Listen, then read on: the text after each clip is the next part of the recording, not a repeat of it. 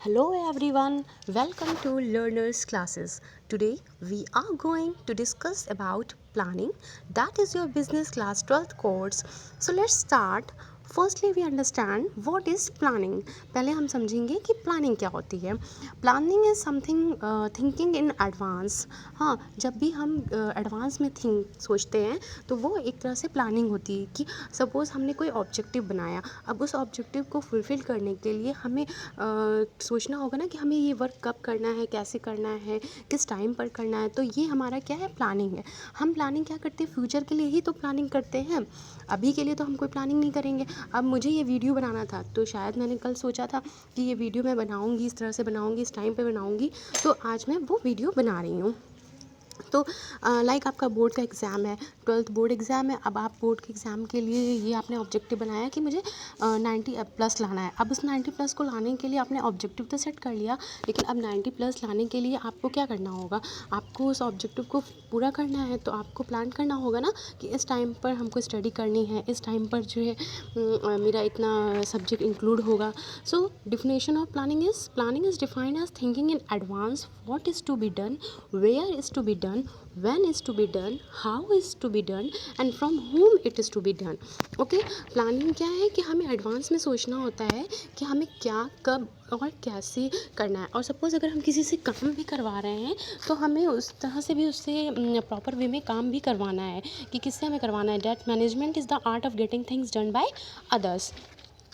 अभी हमने आपको जैसा कि एग्जांपल बताया था कि आपका बोर्ड का एग्ज़ाम है, आपको प्रिपरेशन करनी है, तो 90 प्लस लाना है. तो उसके लिए पहले से सोचना होगा ना कि हाँ, मुझे ये काम करना है और इस तरह से मुझे पढ़ाई करनी है.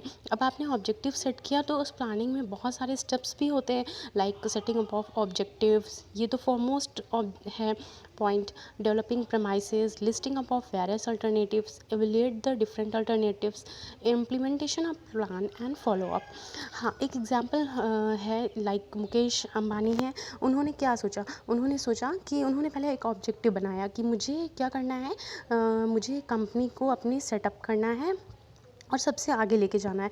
तो लाइक एयरटेल, वोडाफोन और आइडिया क्या है, उन्होंने वॉइस कॉल पे अपना इन्वेस्ट किया. हाँ, 60-70% उन्हें रेवेन्यू वॉइस कॉल से मिलता. लेकिन अंबानी जी ने क्या किया कि उन्होंने ये मतलब जब ऑब्जेक्टिव बनाया उन्होंने तो ये सोचा कि जब वॉइस कॉल पे तो इतना ज़्यादा प्रॉफिट नहीं हो रहा है, क्यों ना डाटा को इंक्लूड किया जाए.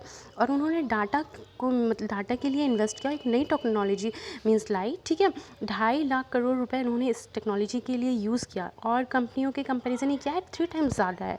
उन्होंने इस तरह से माइंड लगाकर एक ऑब्जेक्टिव सेट किया और इस तरह से इसको इम्प्लीमेंट भी किया कि 130 करोड़ पॉपुलेशन में 105 करोड़ लोग मोबाइल कनेक्शन मीन्स चला रहे हैं, लेकिन इनमें से क्या है, 10% ही लोग हैं जो 4G और डाटा को एक्चुअली कंजप्शन कर रहे हैं.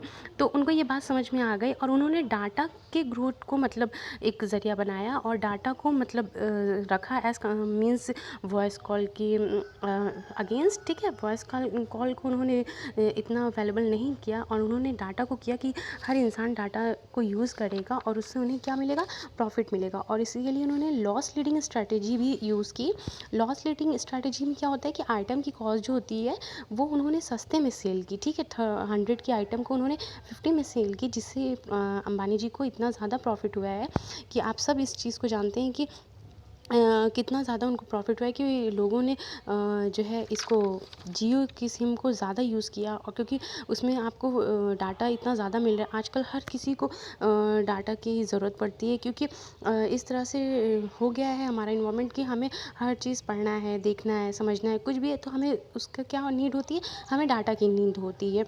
तो as comparison to voice call से क्या ज़्यादा तो होता नहीं, क्योंकि डाटा यूज़ करना रहता है. तो वॉइस कॉल जो है सिर्फ इन कंपनियों को क्या है, लॉस हुआ और जियो की कंपनी को फ़ायदा हुआ. ये आप सब जानते हैं. तो ये एक बहुत बड़ा एग्जांपल है कि मुकेश जी ने पहले तो ऑब्जेक्टिव सेट किया कि मुझे किस तरह से अपनी कंपनी को मार्केट में लाना है और उसे सेटअप करनी है और किस तरह से मतलब उसे आगे बढ़ाना है, सबसे आगे बढ़ाना है. तो उन्होंने इस तरह से पहले ऑब्जेक्टिव सेट किया, फिर उसके बाद उन्होंने डेवलपिंग प्रमाइसेस क्रिएट किए और उन्होंने बहुत तरह के अल्टरनेटिव्स वेज भी रखे और उन्होंने अपने प्लान को इम्प्लीमेंट किया अच्छे तरीके से और फॉलो अप भी किया कि आप सब जानते हैं कि जियो आज कितनी आगे है.